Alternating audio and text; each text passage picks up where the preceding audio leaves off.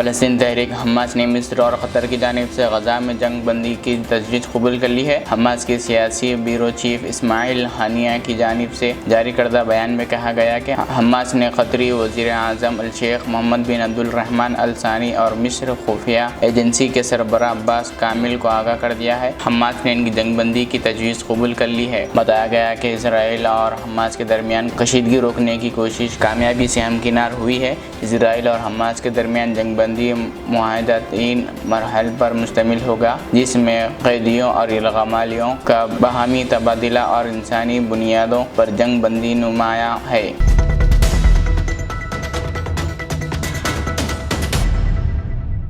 برطانوی دارالحکومت لندن کے منتخب میئر صادق خان نے فلسطین میں فوری طور پر جنگ بندی کا مطالبہ کر دیا ہے۔ تفصیلات کے مطابق ایک بار پھر لندن کے میئر منتخب ہونے والے پاکستانی صادق خان نے حکومت پر زور دیا ہے کہ برطانوی حکومت عوامی سطح پر جنگ بندی کا مطالبہ کرے اور اسرائیل کو رفح پر حملہ کرنے سے روکے۔ ان کا کہنا تھا کہ رفح پر اسرائیلی حملے بہت بڑا عالمیہ ہوگا، جس کی صورت میں مزید بے گناہ فلسطینیوں کی ہلاکتوں کا خدشہ ہے۔ صادق خان نے کہا، اسرائیل فلسطین تنازع پر برطانوی حکومت کے نقطۂ نظر میں فوری تبدیلی کی ضرورت ہے۔ واضح ہے کہ اسرائیل نے جنگ بندی پر غور کے اعلان کے بعد غزہ کے علاقے رفح پر گزشتہ رات کارپیٹ بمباری کر دی ہے۔ اسرائیلی ٹینکوں نے رات کے وقت پیش قدمی کے بعد رفح بارڈر کراسنگ پر قبضہ بھی کر لیا ہے۔ اسرائیل نے حماس کی جانب سے جنگ بندی تجویز پر رضامندی دیے جانے کے چند گھنٹے بعد ہی امن کوششوں کو ناکام بنا دیا ہے۔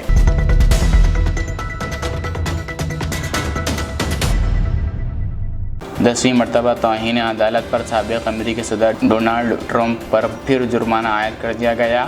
تفصیلات کے مطابق نیو یارک کی عدالت نے سابق ڈونلڈ ٹرمپ کو ایک بار پھر توہین عدالت کا مرتکب قرار دیا اور مینہٹن فوجداری مقدمے میں گواہوں اور ججوں کو تحفظ فراہم کرنے والے گیگ آرڈر کی خلاف ورزی کرنے پر $1000 جرمانہ عائد کر دیا۔ عدالت نے جرمانے کرتے ہوئے ڈونلڈ ٹرمپ کو وارننگ دی کہ اگر آئندہ خلاف ورزی کی تو انہیں جیل بھیج دیا جائے گا۔ ٹرمپ 10ویں مرتبہ توہین عدالت کے مرتکب ہوئے تھے۔ دراصل جج نے ٹرمپ کو گواہوں اور کیس میں ملوث دیگر افراد پر تنقید کرنے سے روکنے کے لیے گیگ آرڈر نافذ کیا تھا۔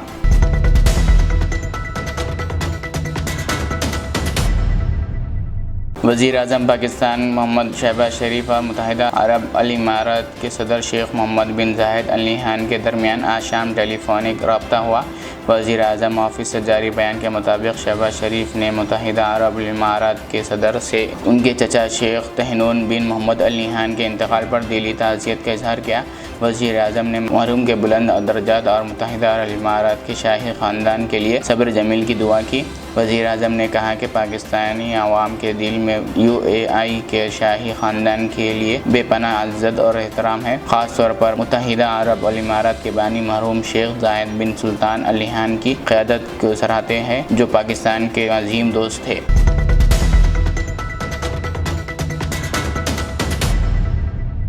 اس مہنگائی کے دور میں سونا خریدنا ہوا آسان۔ جوہری gold diamonds and platinum Toli Chowki لایا ہے گولڈ بچت اسکیم۔ شادی بیاہ اور دیگر تقریبات کے لیے اب سونا خریدیں 11 مہینے کی آسان اقساط پر اور 12ویں مہینے میں اپنا سونا گھر لے جائیں ایوریج گولڈ ریٹ پر بنا کوئی ایکسٹرا چارج اور 0% انٹرسٹ کے ساتھ۔ 916 ہال مارک کی جیولری، نو ویسٹیج، نو میکنگ چارجز کے ساتھ اب ہوگی بچت پیسوں کی اور گھر آئے گا سونا، وہ بھی آسان اقساط پر۔ آپ کا بھروسہ ہماری پہچان، جوہری، crafted just for you, gold diamonds and platinum, Toli Chowki, Hyderabad.